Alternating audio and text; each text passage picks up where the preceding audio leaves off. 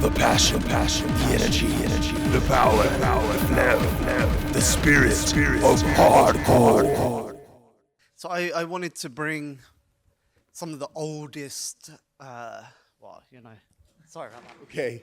Some older school hackers that we can discuss, the origin story for the freedom technology movement, but also where we're going, strategy, tactics, opportunities, like using their experience and their knowledge. I am here because of Jaromil. Jaromil is the godfather of the European anarchist hackers. When I was 16, I came into all of this, and my mentor was part of a group of anarchist hacker fighters, rebels working on Linux. This is before crypto, and Jaromil was the guy that started all of that in Europe, created a lot of very famous Linux software during his time. Some of it very old that none of us really remember or know about, but at the time was very historical. A lot of it that has roots in modern software, like, for example, Twitter, which came out of indie media and microblogging stuff people were doing back then, like experiment stuff that wasn't being done by mainstream, but was done by the hackers. The hackers pioneered a lot of what we use today. And I don't know if any of you know about Devuan Linux, the Debian that has no systemd. He made that. So that's one of the biggest Linux distros. So Vecna is also part of this family. They're both fathers now at the same time. They're part of the same clique. Vecna was involved in global leaks, like leaking stuff, other cypherpunk hacktivism. You can introduce yourself better than me. Amir, despite we are grateful for your kind words, we do not acknowledge age as a trustworthiness indicator. Yes. Yeah? Actually, I think punks are right. Don't believe anyone above 30 years old, so we are all ruled out. But punk. But thanks. They're cool boomers. Not good. Not bad. There can't be a better intro. Thank you, Camille. Okay, so I want to talk about the freedom technology movement, the opportunities, the future, building the movement, making it strong. I have a friend here, Juraj Edna. I don't know if he's here. Is he here? Put your hand up. No, he's not. But also to start, to start, maybe you can talk about the origin story of free software, cypherpunk, hacking, and Linux.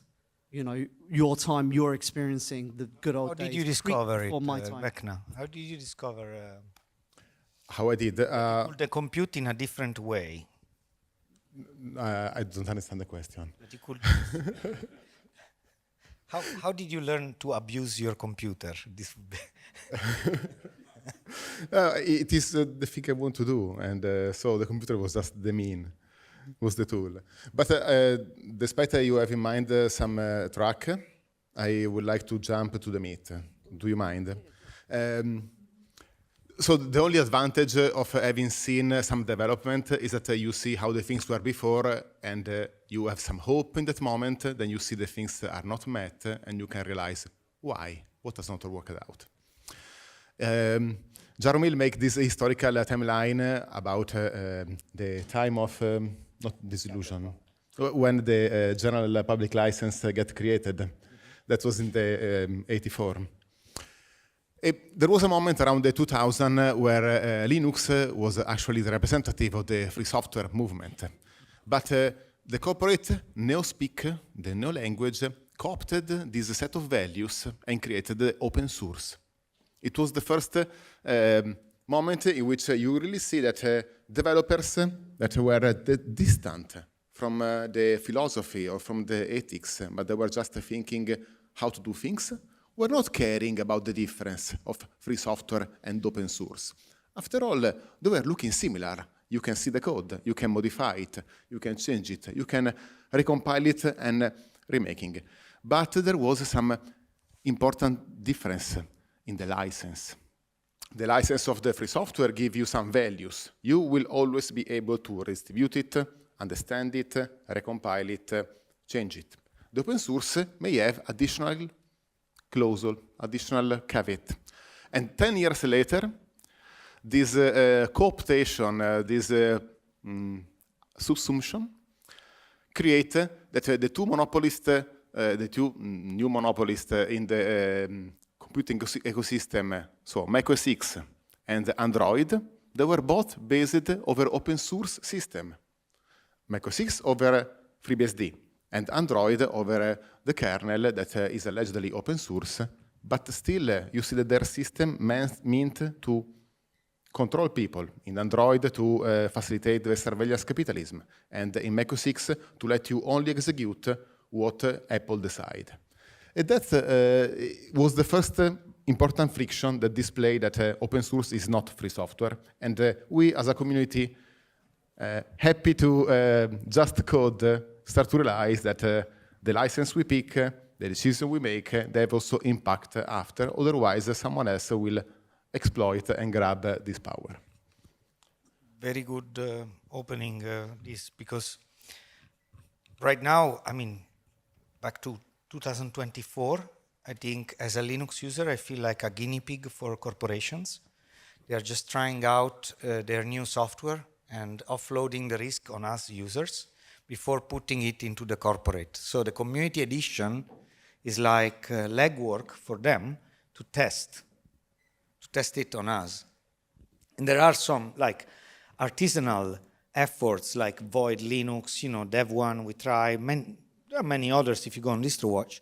We are like just the minority, but the big, corporate enterprise Linux ecosystem has become completely dominated by corporate. I think systemd was the last big grab, so we have like the init dominating it.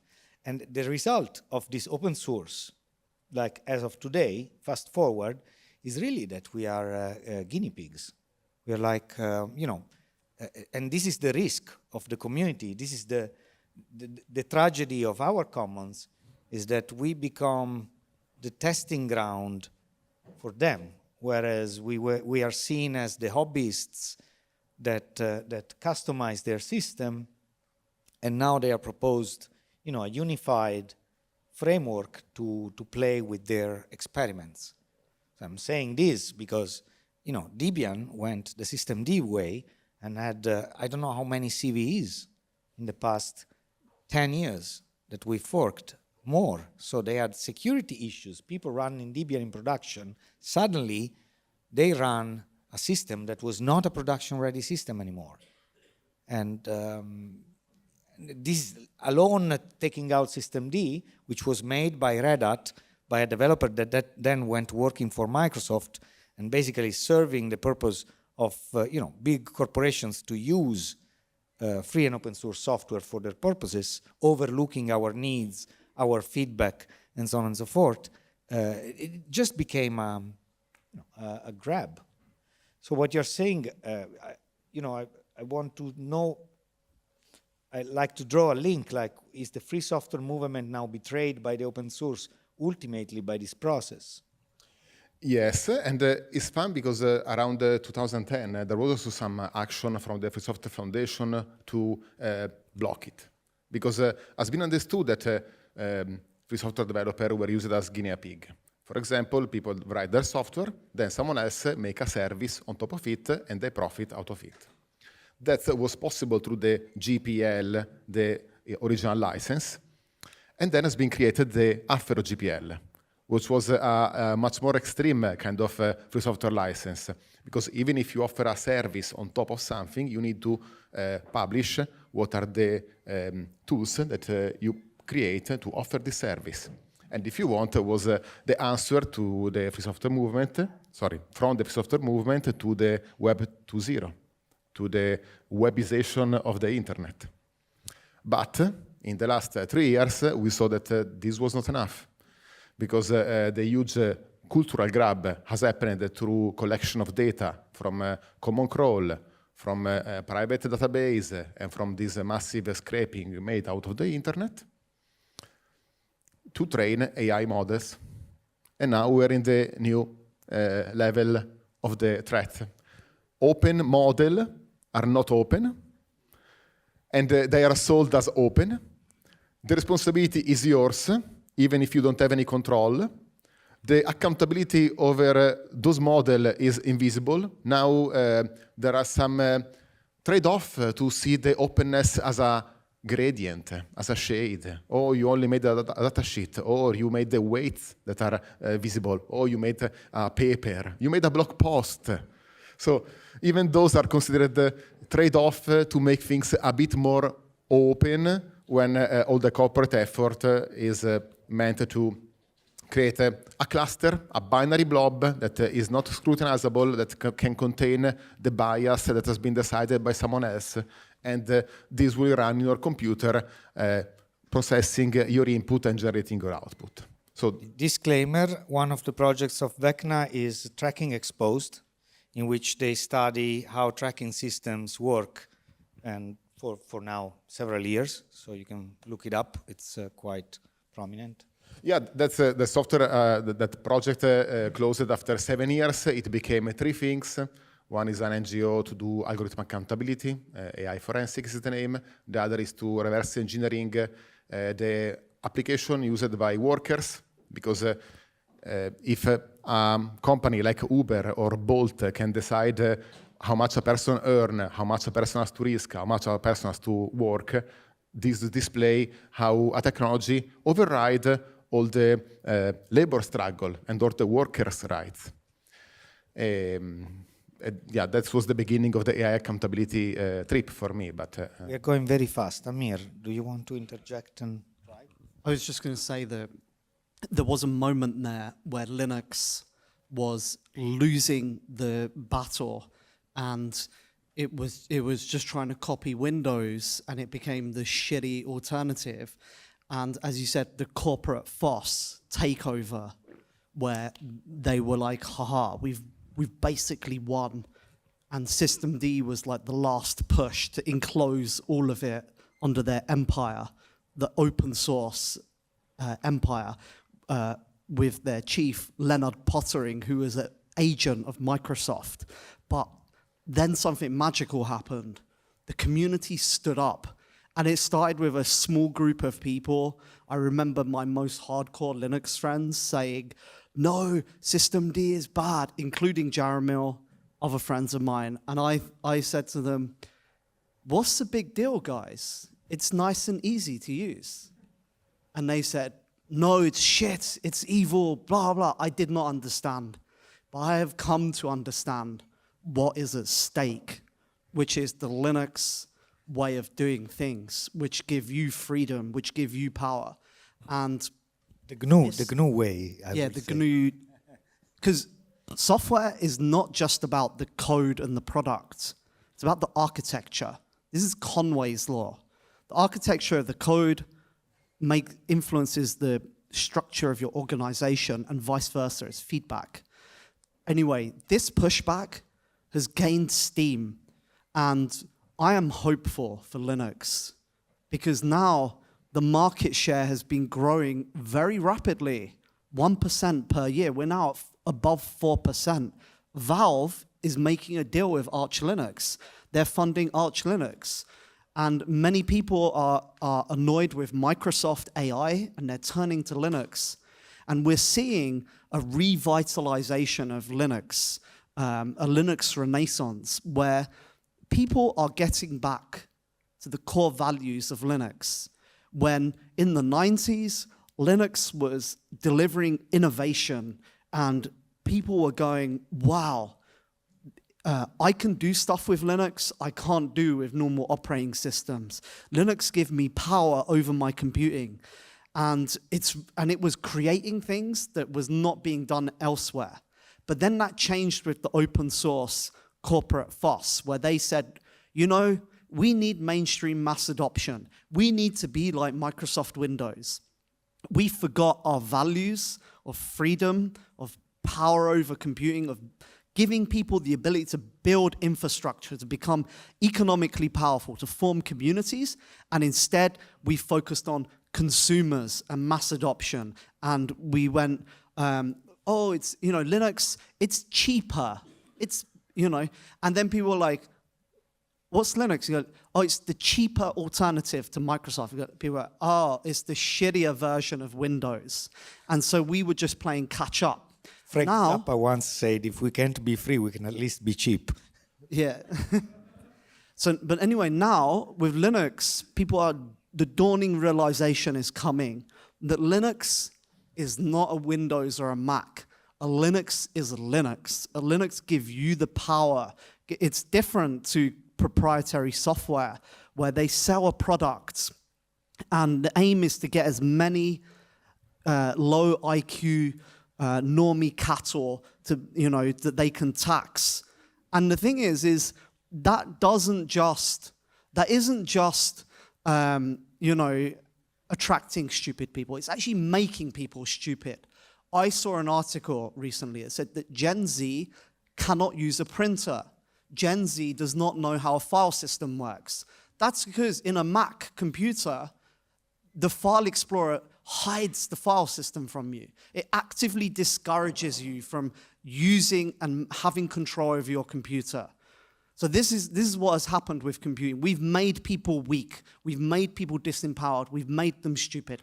And this has prevented strong communities from being able to form and to meet the needs of the true needs of the users. Because people today are suffering.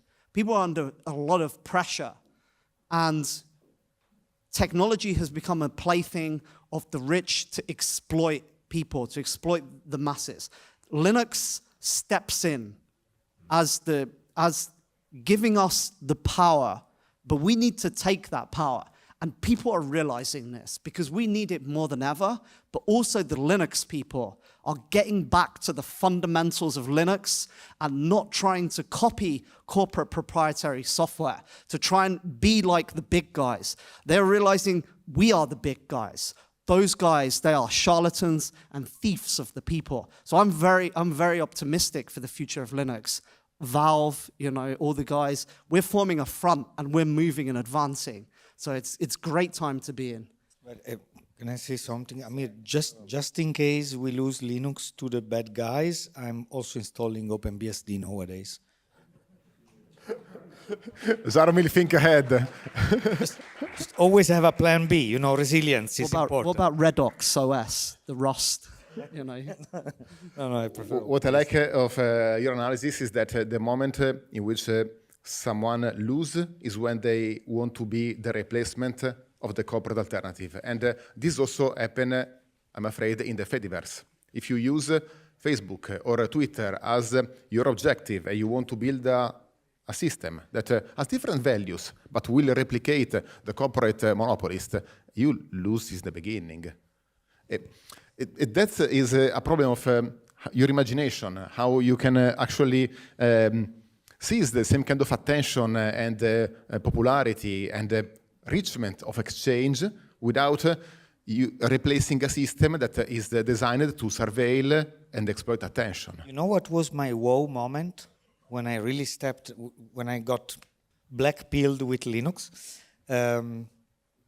when a friend of mine, there was like no working graphical interface. So X was not running. You had to have a Trident card, which was the first driver only supported. So only text, only console, but not even opening a terminal, only the console. And the thing that clicked me, that you could change the font of the console. On Windows 3.11, you couldn't do this. On DOS, you couldn't change the font. On Linux, I see the fonts you could change. And from there on, yeah, the desktop, you can change it. right? Today, you cannot change. On Linux, you install like whatever, GNOME, KDE, XFC. You can change, you can program your own. So what you're saying is really true, like the imagination.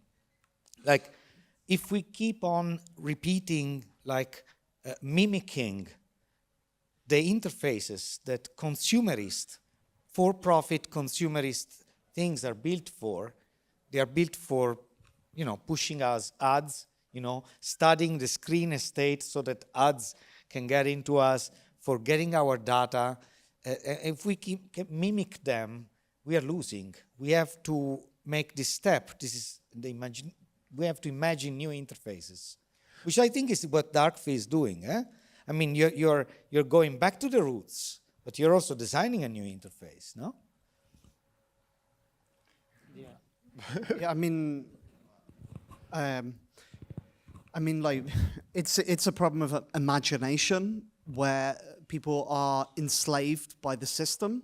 The slavery is not merely physical over your body, but it's like, this is what Foucault taught us, actually. Also Bob Marley, liberate yourself from mental slavery, man. I love Foucault. Foucault talk about how in, for example, the past, the Middle Ages, if you spoke out against the king, they would take you and they would inflict pain on you, physical torture, and that would scare people into submission. And everybody knew what was up. They knew that the king was, an authoritarian. And the king was sending a message, and he was like, you know this, I know this, but if you do anything about it, I'm gonna get you and I'm gonna hurt you.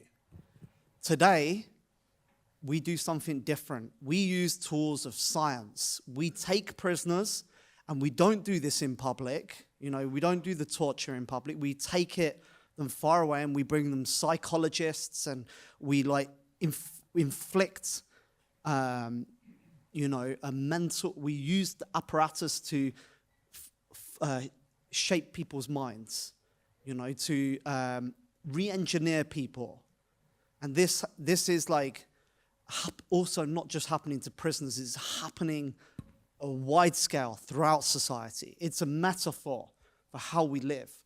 And in the Soviet Union, everybody could see that all around them, that the economy was collapsing before their eyes.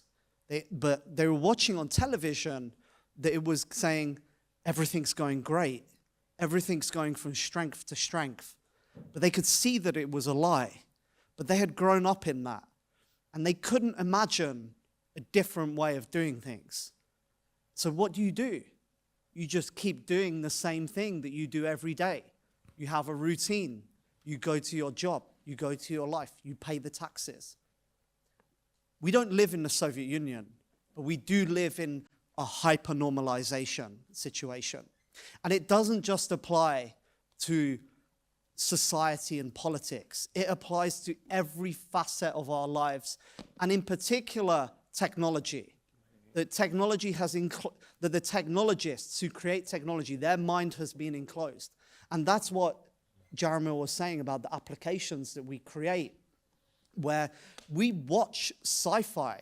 I've been going recently for all the sci-fi, and the sci-fi has visions of the future, futuristic interfaces, where people have power over the computers, and yet we're not trying to build that technology for some reason. For some reason, we are, stuck in this paradigm where, people are building these UIs full of white space, and they're like, oh, I want to build a UI. What should I do?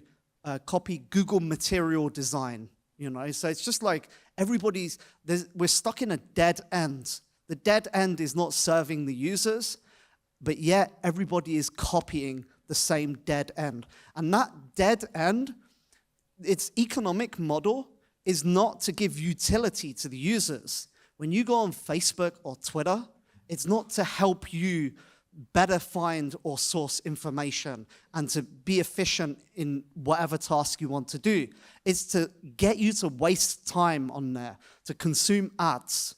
You know, for example, when you have a feed and you have a load of new messages and you want to go through all the messages, it intersperses it with posts by other people that you might be interested in, by random likes that you have. So it's blocking you from doing your work, to deliberately distract you. It's non-deterministic. It's not made because to be efficient. It doesn't propose you who you want to follow. It's definitely non-deterministic. Having a kid is a nice experience because it makes me understand how we as humans, as kids, we like comfort zones. I mean, our comfort zone is what repeats. So if you have a routine, if you have the same design, if you have like the same material, you just import the same interface, you feel at comfort already. So probably it means also to step into the discomfort zone, to become mature and a little bit more adult, and not be just the victim of the paternalism that wants to keep us nice and learn what we have to learn. I'm walking towards the public because we would like to have some interventions, questions, thoughts. Cheers. I have to stretch. No.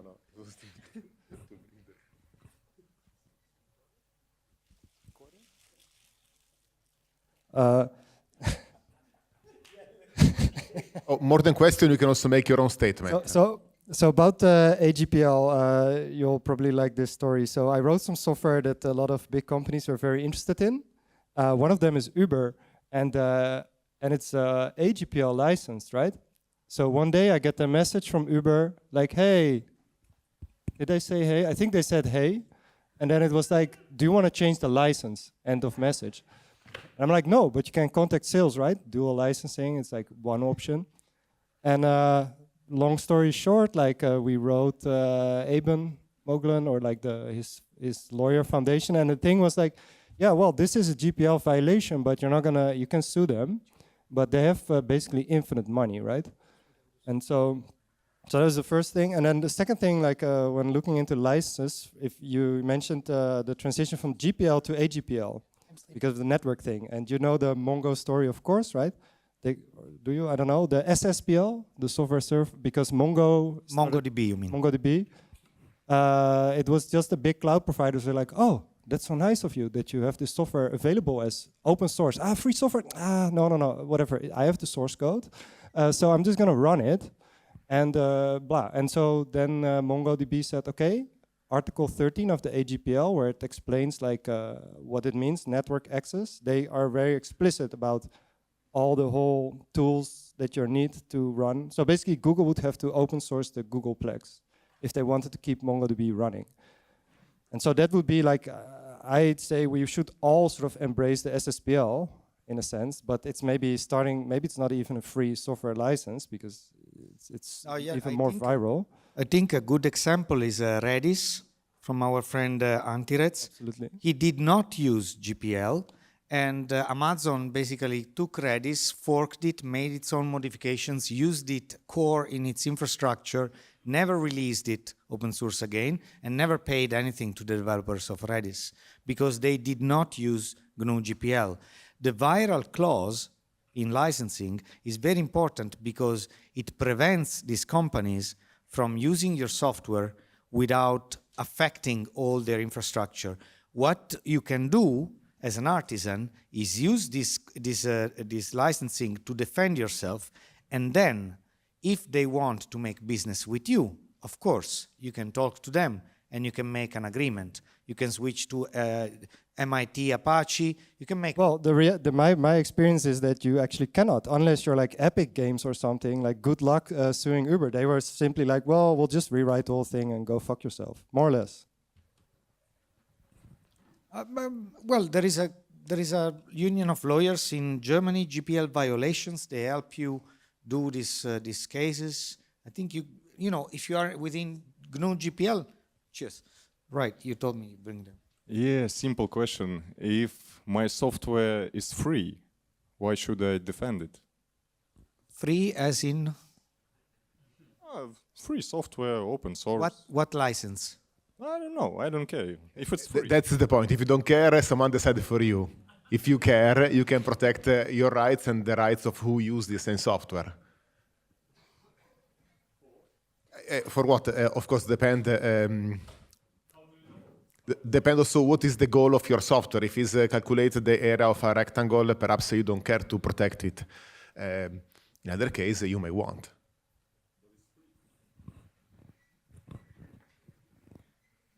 I think it doesn't really matter if you're using Windows, Linux, or Mac OS or whatever, because in the end, eventually you're using Chromium as a web browser. So you can just get rid of all the operating systems and just stick to Chromium, right? Look, the current situation of monopolization of the web is a big problem. You can use Firefox, you can use Opera. Bring back Brendan Ike. Opera is not Chromium, right? And Google Chromium, exactly. But I mean, and Google Chromium, do you think is really full Google free? Because in one side, it removes all the automatic communication you do between Chromium and not. But Chromium embed all the standards that are made in Google favor. So, Who made it originally? Who made them originally? WebKit. Well, but Do you know? No, I don't. KDE. Yes. Conqueror. It's a KDE project. You didn't know that? No. Yeah. It's true. I just start talking. Oh. There's Rose there, Hi. then there is a hand down there. So I had a kind of question/statement, which is, thanks so much for the work that you've done over the years and, for the legacy that you've built. I wanted to emphasize, that like your work has sparked several generations of programmers already, like in the 20 odd years that you've been active. So Jaromil trained Amir's mentor, Pablo, who trained Amir, and Amir has now trained many more developers, including myself. So that gives you a sense of kind of the legacy and the roots of the movement. But I wanted to ask, so in the early days, you had the squats in Amsterdam, and that was a place where Amir came physically, and Pablo and the community was kind of born there, or at least gave it a physical place. Nowadays, the squatting isn't happening anymore. A lot of the young people, like teenagers and early 20s, have become brain damaged by the proprietary software paradigm, and are growing up on mobile phones, and they don't know how to use a file system or a computer. And so weirdly, even as technology has evolved, and become more ubiquitous, actually people have gotten like less able to use the tools, and more and more the tools are kind of operating them. So my question to you is basically like, how do we reverse these processes, and how do we build kind of ways to onboard the next generation of programmers? Valuing your time. Your time is priceless. That's what corporations are buying. That's what we were buying back by squatting houses, getting out of the circle of having to pay a rent to live, having to go to work to pay that rent, and ultimately have no time to study how to do things our own way. Everything we are talking about requires time. So there needs to be more strategies and tactics to buy back our time, because everyone here has a huge potential if given the time to develop it. And if you get this consciousness, you know how much you're valued, then you can develop yourself. If you don't understand this, you will be just a guinea pig in the wheel. So that's why I squat, because I wanted to have back my time.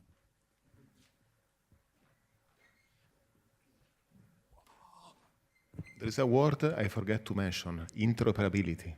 But keyword dropping. When you were speaking earlier about free software and the critical importance of copyleft, I was wondering if you have any insight into why there has been such a sudden shift towards hostility to copyright among the EU funding institutions. Why there has been such a sudden shift over the last 12 months of hostility towards copyleft among the EU funding institutions, particularly NGI, Next Generation Internet, NLNet. As many of you probably know, a lot of EU funding was lost from free software to AI, and I can't help but believe that they were sending a message by leaving the only projects which remained funded as being those that were explicitly permissive licenses, in particular the odd project to port Nixos to FreeBSD, which is kind of out of left field, was the only one that wasn't defunded and in fact got more funding. Do you have any insight into why this is happening, particularly recently? Do you mean that the core funding, like of the NGI, NGI got cut a lot of funding? Bad idea. Yeah, well, insights. I would say it's on one side, what you say is part of the hype cycle. So it's obvious that now funding goes into AI, and AI has different licensing models. Most of the AI technology is based on stealing stuff from people, so data. So that is part of the hype cycle. And as insight, I would say also like NGI was a project, was a framework. It's a pity that is cut off. It was a framework that anyway lasted and had to be updated because that's how it works. The funding frameworks are updated. So it follows the hype. And but I'm of one thing, if I can say one positive thing, it's a shame that NGI is cut it off. We were also part of NGI. We have been mentoring a cascade funding, and we are still doing some development in there. But you have to fight for your rights and for what counts, and so people should keep pushing. There is a lot of lobbying, but all this lobbying is around open source in the best case. We got open source named several times in the Cyber Resilience Act, which is the first time a cybersecurity official document outlining technology for cybersecurity to be used in Europe mentions open source. So I think this is also a good thing that is happening. Things come and go. Don't take any funding framework for granted. We have to keep pushing. We have to be present. And unfortunately, the corporates have a lot of people paid to just sit there in Brussels and schmooze with the policymakers. So we have, as activists, to activate and organize to make things that count understood. Don't give any funding for granted. I didn't expect that NGI to last forever. Before NGI, there was also another funding framework, which was, I think, very, very good, CAPSI. It was Citizen Awareness Platform for Social Innovation. It was very interdisciplinary. It was involving activists, philosophers, artists, economists, lawyers, and technologists to develop new technologies. I started working with the EC into that framework, and I thought it was ideal, even more than a technology-only framework. So, things come and go. I would say, let's go for free software, but also for interdisciplinarity, because as I said, for instance, if we have only technologists doing the threat model, we are going to lag behind. So, sorry, it's not a question. I don't give you many insights, but at least it's my attitude to it.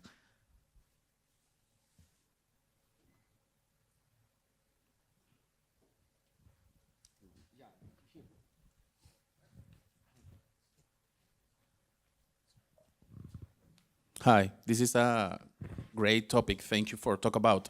And I belong to several communities about Linux, Debian, Linux Mint, Fedora, and belong to some communities of Bitcoin, Zcash, Monero, and other cryptocurrencies. I'm from Latin America, and I see that there are some crypto enthusiasts that are divorced from Linux.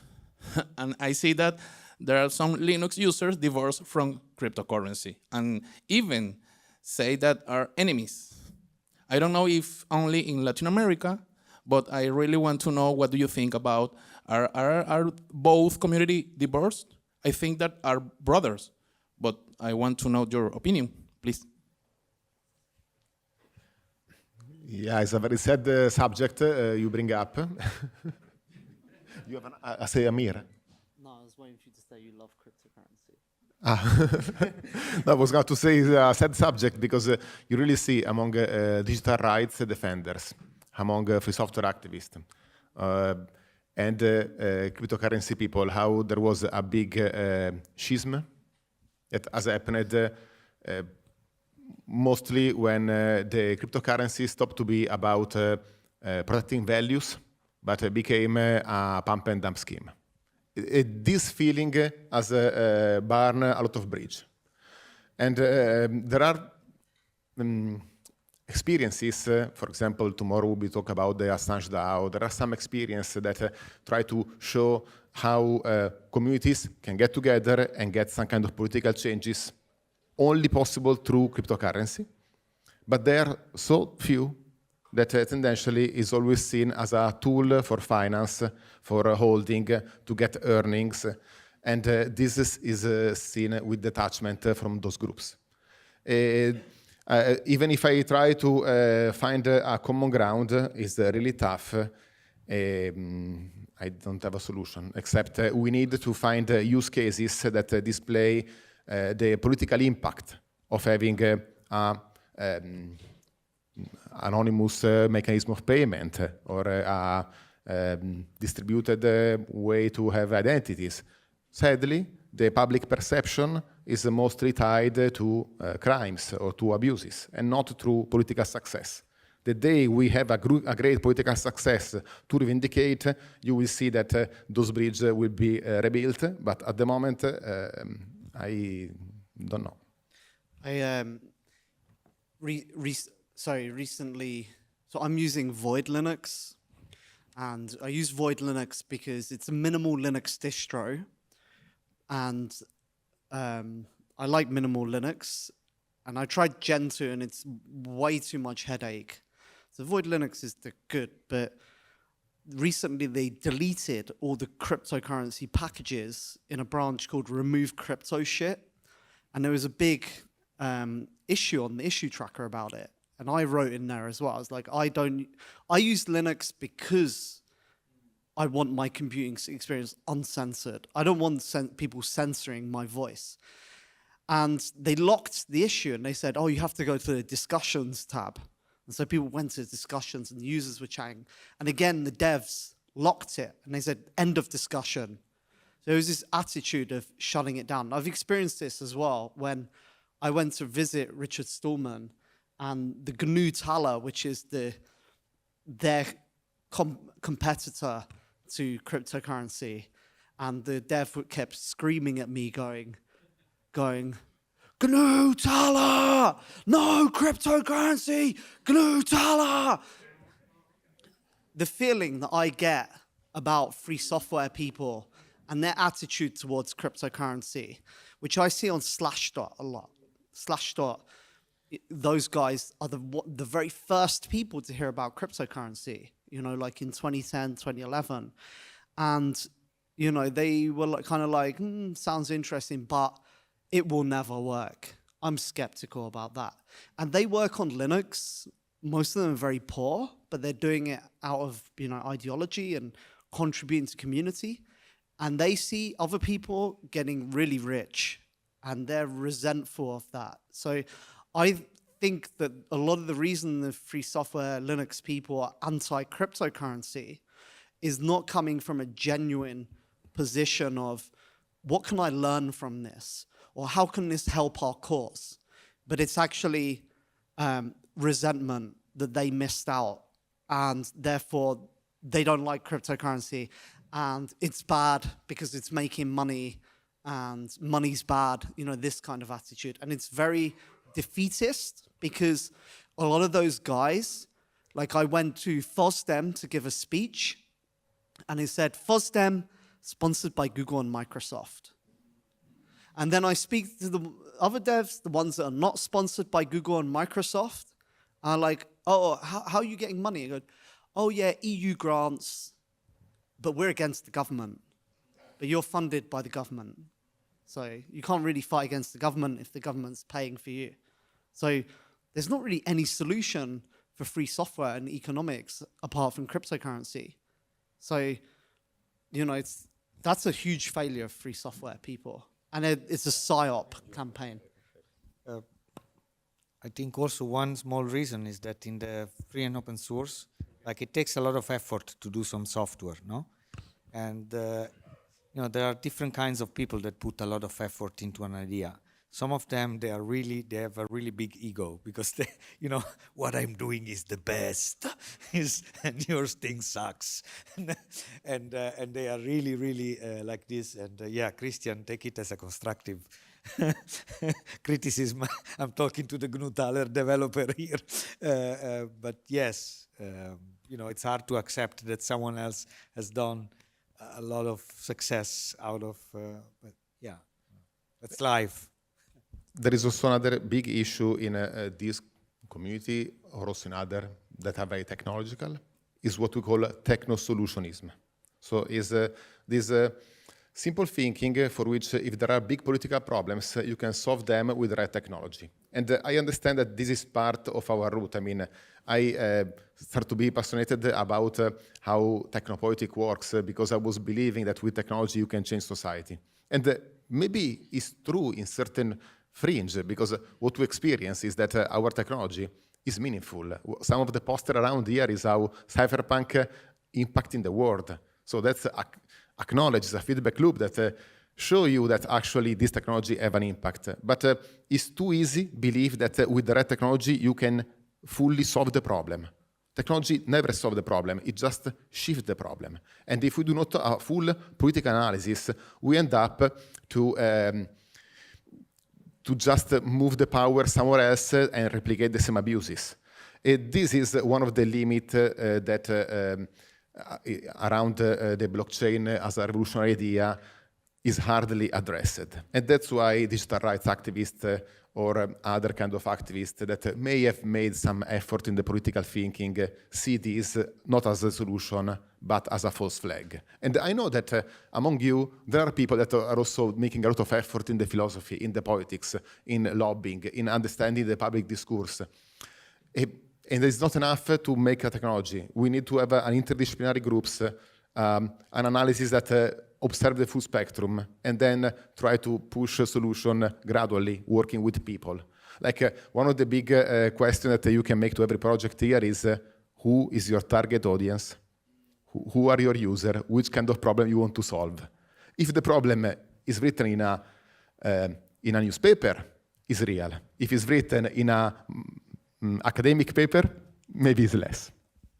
That's what the threat model is important for. I wanted just to add, this is very important what you're saying, and technology first. I mean, to have a human-centric development, you have to have your use case, you have to have your problem clear. And in philosophy, I mean, we're not inventing this. In philosophy, there is a track of this discussion. Walter Benjamin, quoting Bertolt Brecht, called it Umfunktionierung, and described it as the opportunity that you have to change society at every new technological cycle. So technology has a sort of, in this interpretation, a leading role because it breaks up, it opens some cracks in the fabric of institutionalized society and technology. It opens an opportunity to change society towards a certain goals because technology is changing. So it is, let's say, it's not first one or first the other. Definitely don't think to change society just putting technological, and yeah, this makes people of course less related, because if you want to solve my problem putting a blockchain on it, I mean, you know. I have been somewhat successful in combining free software. Oh, come up, Juraj. And come. Yeah, Amir called you before, and you were. Yeah, I called you at the beginning. This is my good friend Uri. Okay. Oh. He asked specifically to ask a very important question. Yes. About economics. Thank you for letting me ask the question. Long time. So, I sit here.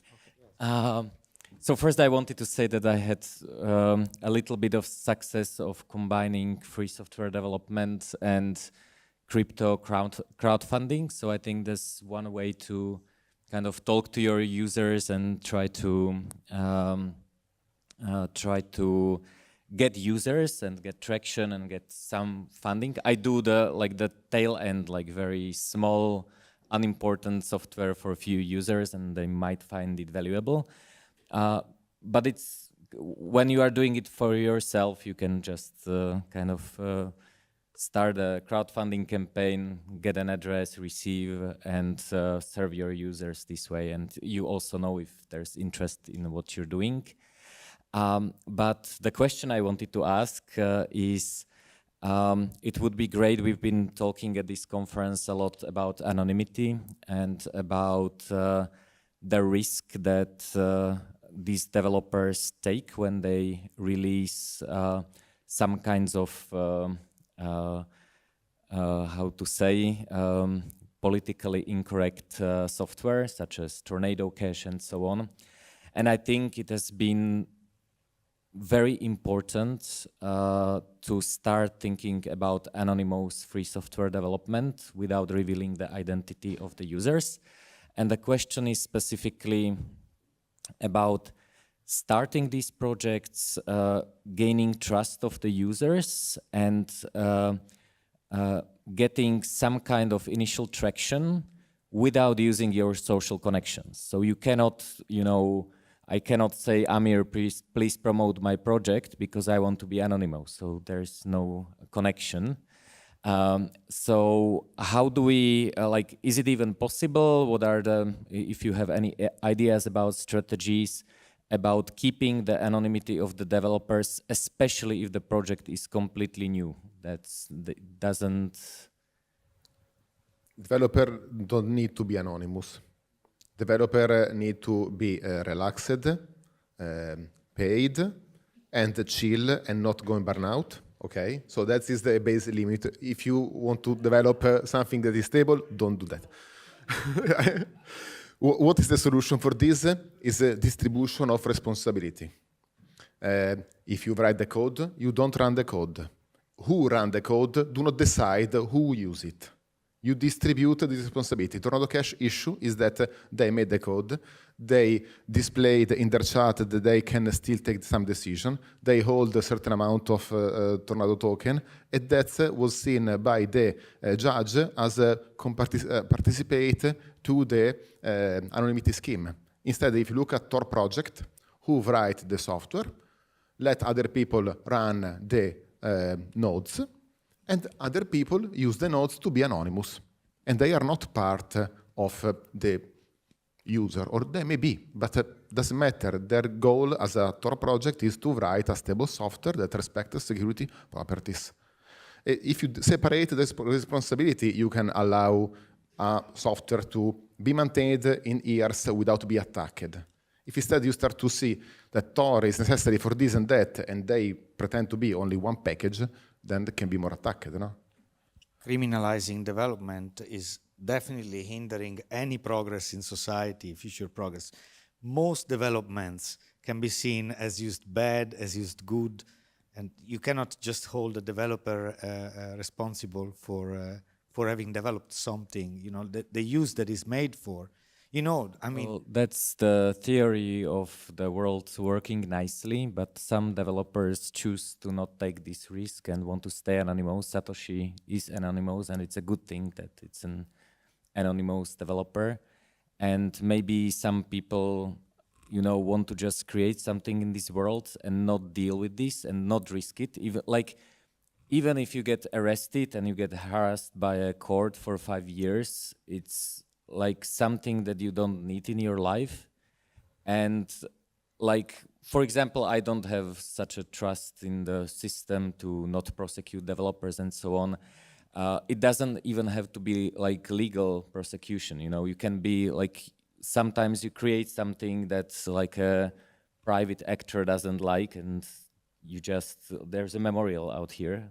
I'd also say that when someone like Assange is harassed and go to jail, there is a huge uproar of people who are persistently going to the streets and rallying in support of Assange. But when some random software developer that not many people know suddenly gets harassed, there is nobody to stand up for that guy. And so that's the small person in the project who, you know, they're also taking on risk, but the risk for them is asymmetric. And so that's about your thing about protecting everybody in the project. So in DarkFi, what we do is we have our repository on Codeberg, and you can make anonymous accounts over Tor browser, and you can commit code to the repo completely using Tor browser. So it's full anonymity for the developers. To ensure the developers are getting paid, we have anonymous cryptocurrencies, we have anonymous DAOs. In DarkFi, we have anonymous communication platform, where unlike Signal Messenger, where in the Tornado Cash case, they had the Signal chats of the founders and they could link all their activity, the messages in DarkFi are completely unlinkable. So you cannot say, this person said this and they said this. All the messages are unlinkable. There's also anonymous task manager, etc. So that's the operational logistics side of having an anonymous software developer project, minimizing liability on the practical level for developers, and not just developers, everybody that's contributing to the project. You know, at some point, people that are hosting infrastructure, they're probably going to want to ask some kind of questions. And if you're answering those questions, you're probably implicating yourself in some way. The second half of that is what you said. How do you promote projects? How do you gain the trust of users, even though you're a completely anonymous project? So on the one side, I'd say there is a lot of Linux software that I use where I don't know the developers. I know the project, and people use the project because it's fulfilling a need. So for example, my window manager, DWL, it's got quite a healthy community, you know, a lot of different, you know, for example, minimal Linux Wayland type tools.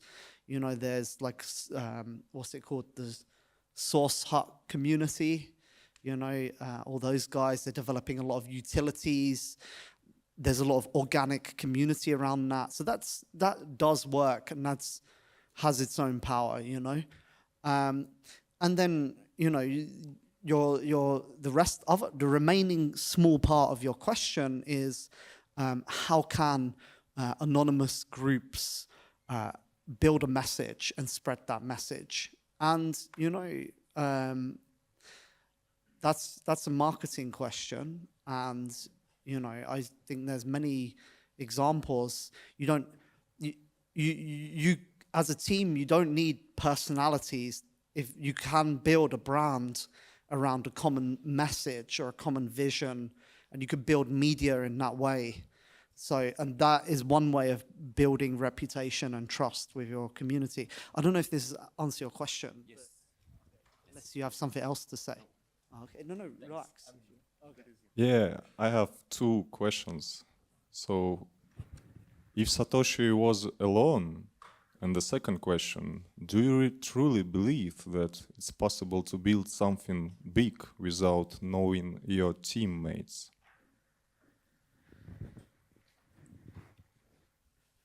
Do something big without knowing your teammates. We did it on IRC in the 90s, didn't we?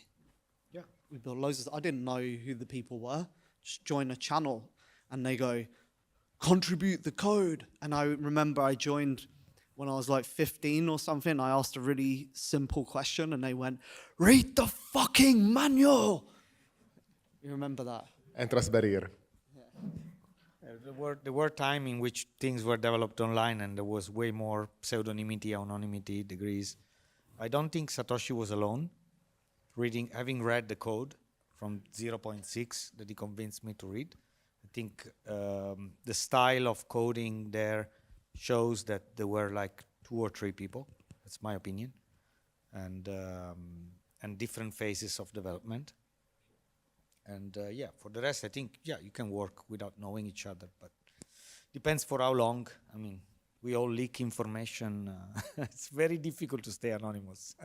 So the difficulty in this theory is how much time you have to do review of the pull request. Because you can be open to contribution, but then you are also open to be backdoored, open to have bugs. If you have time to review, means that this will reduce the speed of development, because at the end there will be someone that has to sign the code and say, this is the official package. I have the most difficult motherfucker dev who anyone makes a pull request and he will find problems and make your life difficult. So if there are comments in the code, it's fine. Yeah, they are these like old aunties of code. yeah, he's like that. I'm like afraid every time I commit. I'm like, oh, he's gonna have a go at me. I have the mic right now. I have a question. Here. Claudio, you said something really interesting. It's the first time I heard someone say this publicly, so I wanted to hone in on it. Regarding the Tornado Cash case, you said, well, devs need to be relaxed, and the way they can be relaxed if they simply focus on publishing code and don't do anything after the moment of publishing. And it's other people that execute code and do whatever, and that's how you can be chill. I thought the same the whole time when, however, the Tornado Cash campaign, which I very much support in the sense of I also think these people should not be in jail in principle, just says there are devs in jail right now because they published open source code.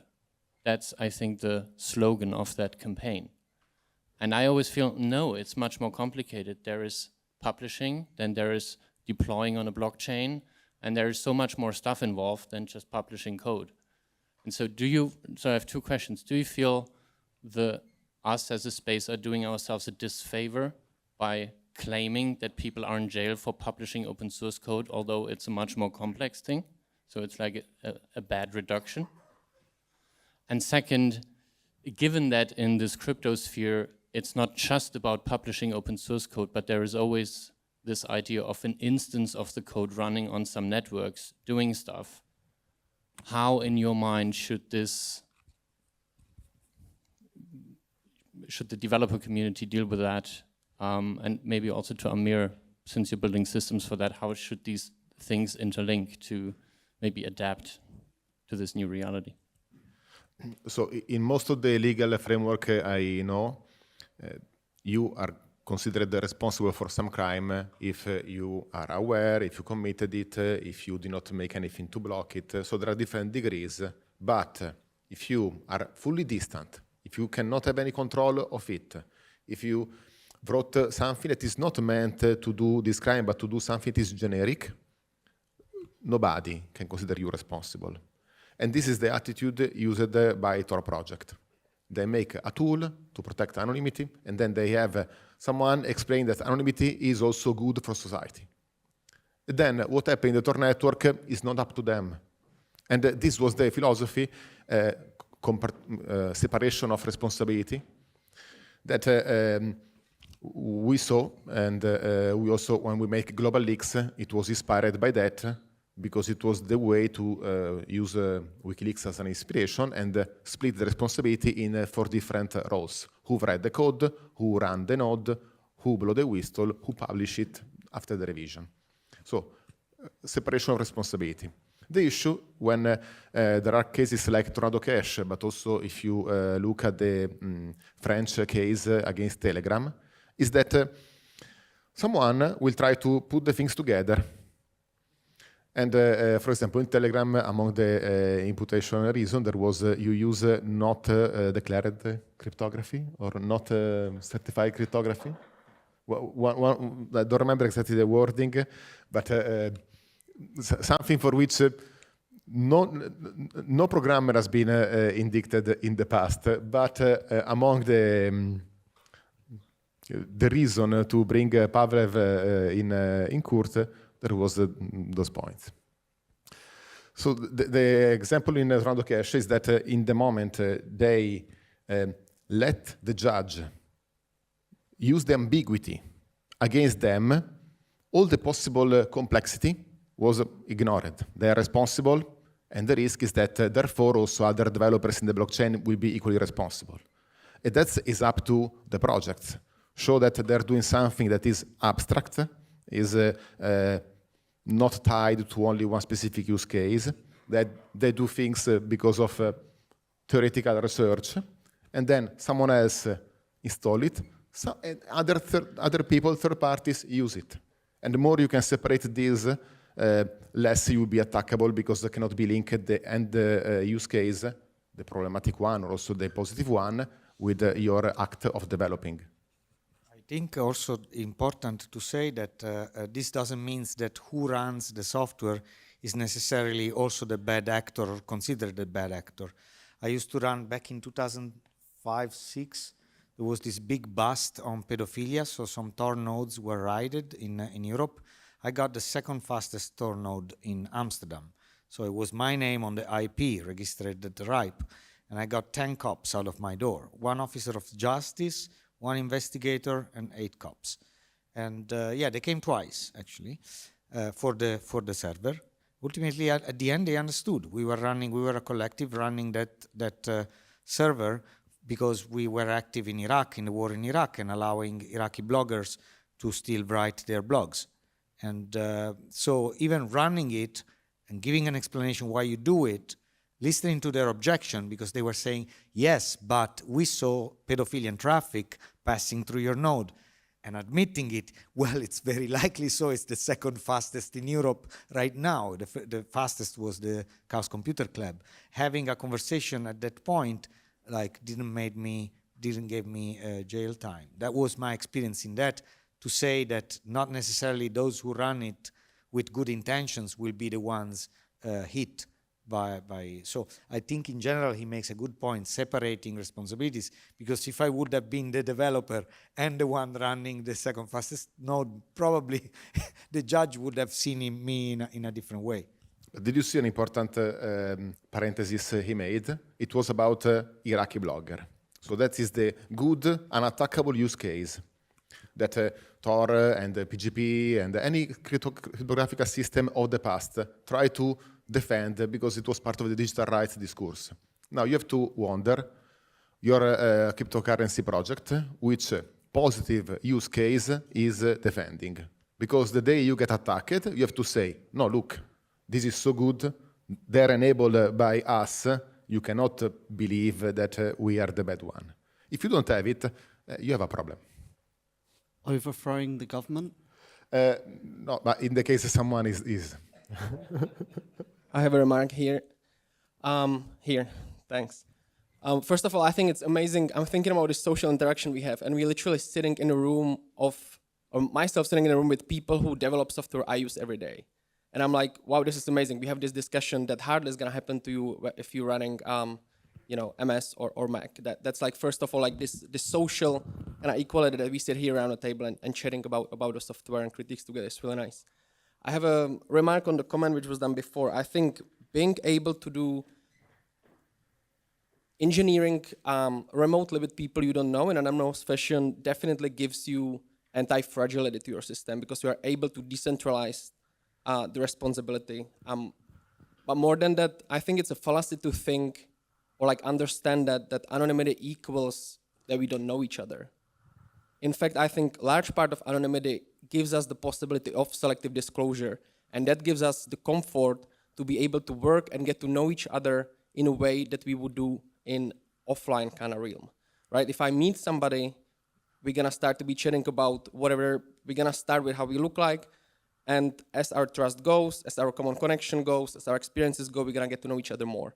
And I think that's another point of anonymity which we should be able to understand, that gives us the possibility to actually start to relate based on that experience, the mutual connection. Because in the end of the day, let's be honest, all of us who sometimes hang out on dark IRC, you can kind of imagine who is behind something, but the thing is, no one can really prove that as, and use it against the people. But at the same time, that doesn't mean that you don't know who you're talking to, or that anonymity is creating kind of more disconnection. I would say, in fact, it creates nice buffer for us to be able to more connect outside of exactly Facebook and these like surveillance texts. So thank you for doing that, and I wonder if you have like any additional thoughts on that.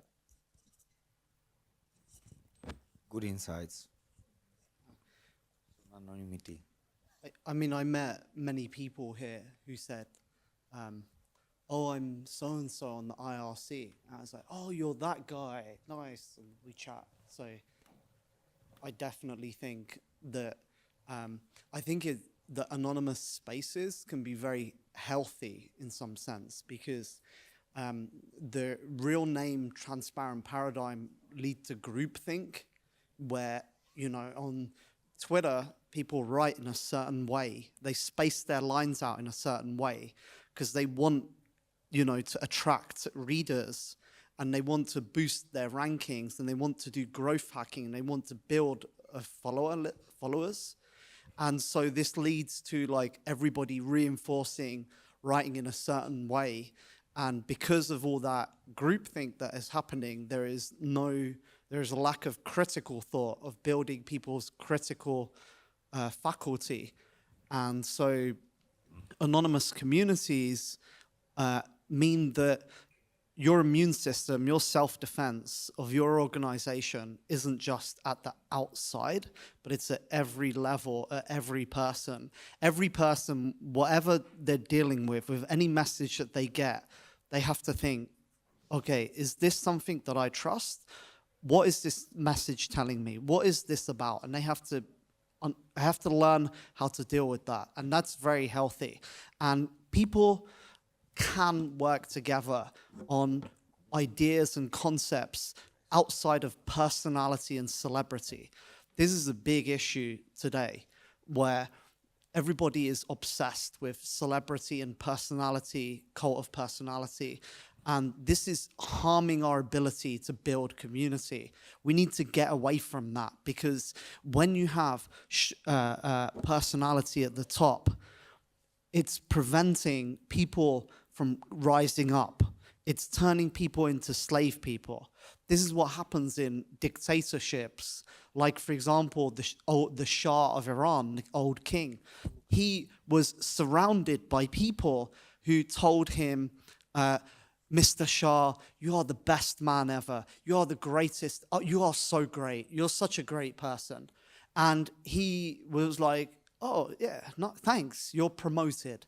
And so he just got surrounded by people who were always telling him what he wanted to hear, a bubble.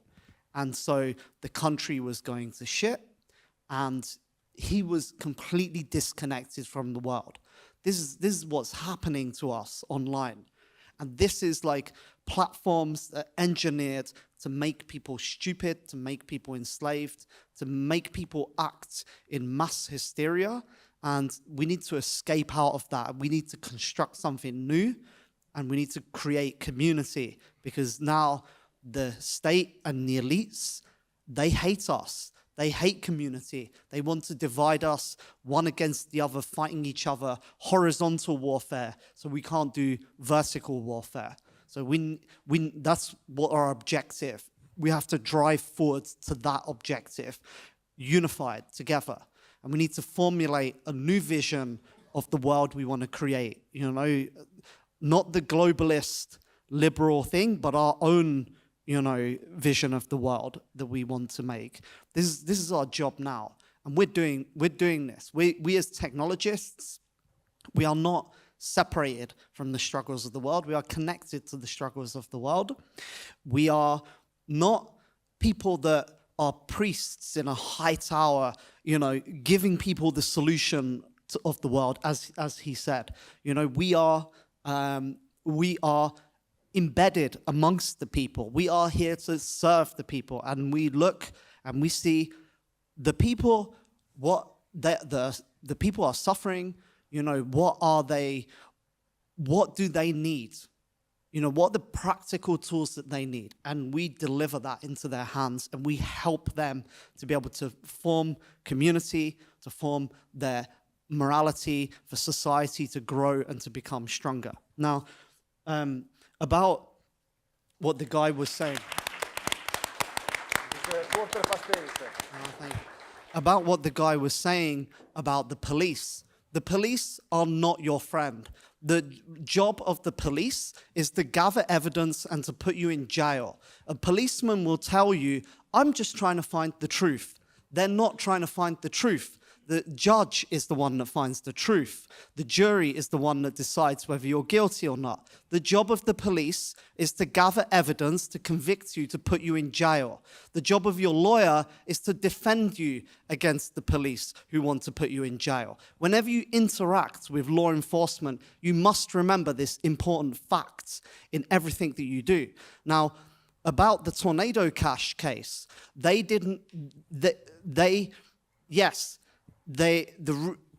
how they put the devs in jail was because of X, Y, Z. Why they put the devs in jail is because they made Tornado Cash. This is an important distinction to make. Al Capone, he went to prison, but he did not go to prison for being a mafia mastermind. He went to prison for tax evasion. That is how they got him. So we have to remember, when we're making software, they do not like that we are challenging the status quo. And this is an important fact, So about the thing about Tor is very captured. Tor has played this game with the institutions, but they are heavily infiltrated. The guy who runs the majority of Tor nodes is Rabbi Rob, who has a company called Team Simru, which is a NATO consultancy. So, when you talk to people in Tor about that, they will make a lot of excuses, going, oh, well, it's not such a big deal because the software is okay. Yet the people running your infrastructure is an intelligence agent, intelligence affiliate. So this is something we have to be very careful with when we're talking about, the values and how we position ourselves. And because when we talk about things, we are not just, doing some strategy, etc. We are also building a community. We are building a fabric. We're surrounding ourselves with people. And as Jay Stark, there's a memorial out there, the inventor of the FGC9 said, we're like a hydra. You cut one of us off, another one pops up to take his place, to work on the project, to continue the project. So we have to think about the ideas that we're spreading. And we have to work to train new leaders who will step up, so that we can keep going forwards and we can keep advancing. And if they cut one of us down, it's like a hydra. They take one down, another pops up to take the place. This is how we're going to win fundamentally, because the wave is a rising wave that is too strong and they can hold it back, but at some point it's going to break through. This is what happened in, for example, the Syrian civil war. The government, tried to crack down ruthlessly on people, brutally. They did it.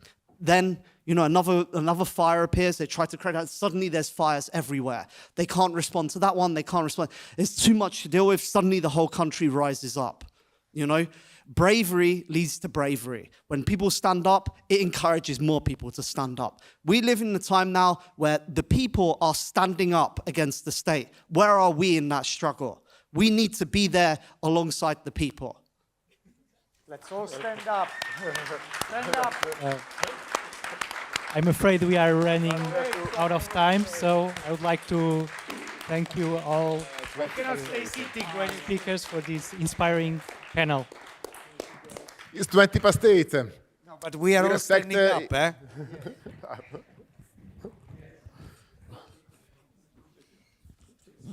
Yeah, so I really like the thoughts about separation of responsibility as a protective mechanism. But one thing to keep in mind that may be a very big threat in the future, can you hear me all right? Yeah. Okay. One thing to keep in mind that may be a very big threat in the future is developments in regulation in the United States, particularly of decentralized exchanges. So it's right in the area that we're concerned about. So what's the idea? The idea is that a group of persons can be an exchange, and basically all of them have potential regulatory liability, including, and this is, I'll talk about this tomorrow in my talk, if you want to hear about it, and what there might be a response, including somebody who goes on GitHub, creates code, has nothing to do with any people in the decentralized exchange or the decentralized exchange itself. That person has potential regulatory liability under this idea. So what's the general idea? The general idea comes from the following fear. People create things that run autonomously, okay? And and if there's a problem, this is the regulatory thinking, who do we go after? So if it looks like it's too dispersed, we'll just make everyone potentially responsible. And in the documents, the regulatory documents where this was being developed and people were criticizing it, the crypto community said, well, what about DAOs? What about all these things?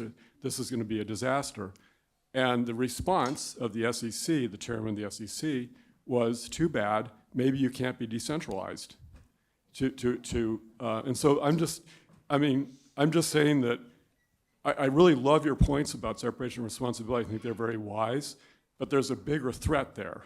And there's ways to respond to that threat, but it's just something, I hate to be a downer at the end. You're supposed to have happiness at the end of anything because it makes people feel better after the negative parts. But there's just something to keep in mind, that there's that idea out there, and it's a very general idea. It relates to AI, relates to anything that runs by itself, and the government is afraid of it. And one response is to just go after everyone. Everyone is responsible. And I think it's a very serious threat. Thank you, Jeff, because my answer was, let's say, 2010. It was 14-year-old. It was true in that moment, but the crypto wars keep changing. And you are just showing how new challenges will arise. And if we can win this battle in a political way, means that we'll be allowed for people to write their own code to have impact society. If we don't win that battle, means that the battle will need to be fought in other ways. And we have to find a new technology to be protected in new ways and deploy and influence. That is the crypto war.